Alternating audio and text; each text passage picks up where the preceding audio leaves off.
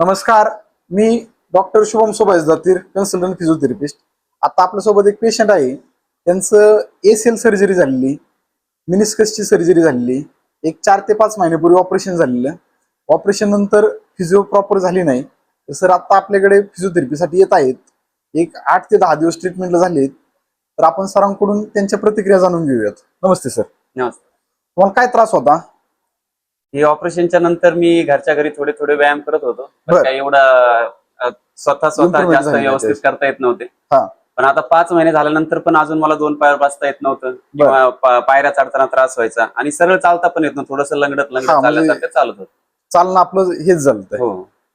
त्यानंतर मग मी श्रीगोंद्याला आल्यानंतर मी मित्रांकडून आणि सोशल मीडियावर पण ऐकलं की इथं दातीर डॉक्टर आहेत आणि सरांचा या क्षेत्रामध्ये खूप अनुभव आहे. त्यांचे व्हिडिओ पण बघितल्यानंतर मला स्वतःच कन्व्हिक्शन झालं की मला एकदा व्हिजिट करायला पाहिजे, म्हणून मी सरांकडे आलो.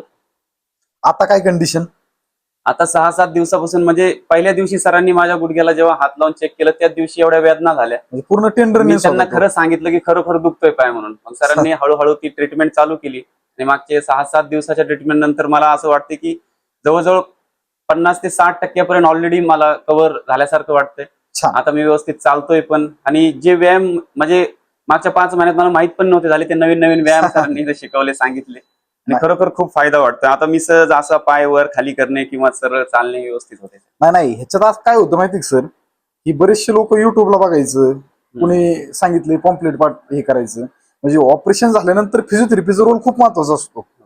पण फिजिओथेरपी ही फिजिओथेरपिस्टनेच केली पाहिजे.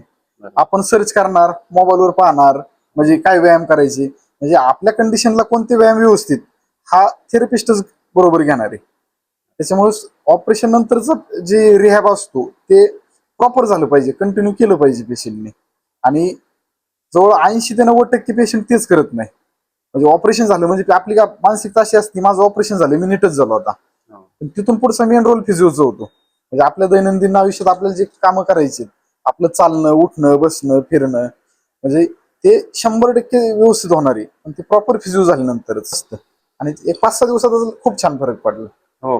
फिटनेस चांगली आहे, त्याच्यामुळे काहीच अडचण नाही. ओके, धन्यवाद.